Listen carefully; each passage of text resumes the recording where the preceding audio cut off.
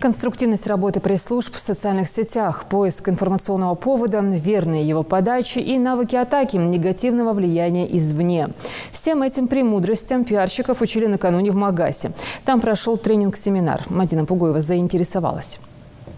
Как вести официальную страницу ведомства в социальной сети? Работников региональных пресс-служб этому учит лидер общественного движения под названием «Гражданин». Максимально минимизировать переходы в другие соцсети, не делать активных ссылок на официальные сайты и ограничить количество публикаций. Меньше 10 информационных постов в неделю для простого обывателя и не больше 2 в сутки для юридических лиц. Иногда бывает так, что от руководства приходит задача, что, ребята, вот у нас сегодня 50 мероприятий было, вот что хотите, вот 50 мероприятий выложить.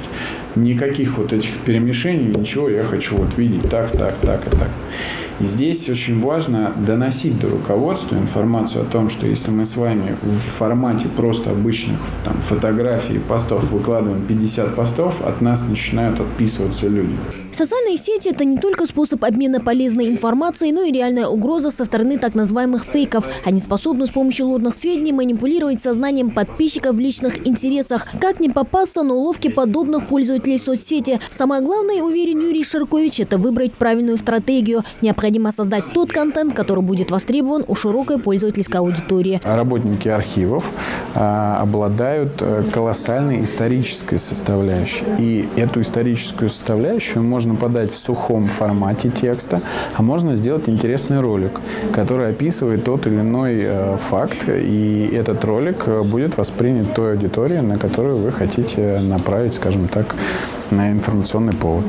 Пресс-секретари ведомств – это источник достоверной информации, которую важно вовремя и правильно доносить до целевой аудитории. Как это сделать и какими методами пользоваться? Участники тренинг-семинара получают ценные советы и черпают опыт у своего наставника. Я как пресс-секретарь обращу внимание непосредственно на аналитику, то есть проанализирую еще раз наших подписчиков, сделаю уклон о том, что больше их интересует.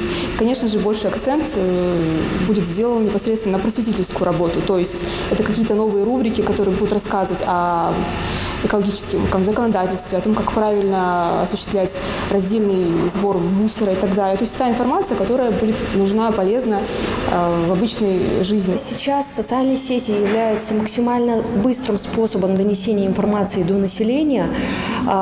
Очень важно нам, пресс-секретарям, уметь владеть навыками донесения этой информации, да еще в правильном русле. И сегодняшний тренинг нам позволит овладеть механизмами и технологией донесения информации и правильностью оформления и использования контента, непосредственно которого мы создаем и загружаем в наши социальные сети.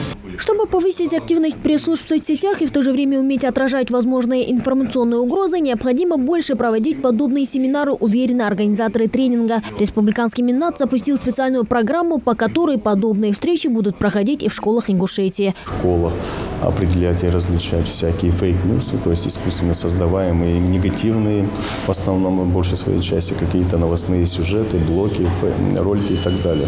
То есть оградить наших детей, нашу молодежь от ненужного негатива. Мы знаем с вами, что из этого выходило, когда черпали из интернета, наша молодежь черпала всякую ненужную информацию для себя, руководствовалась ими, и мы получали из этого уже негативные результаты.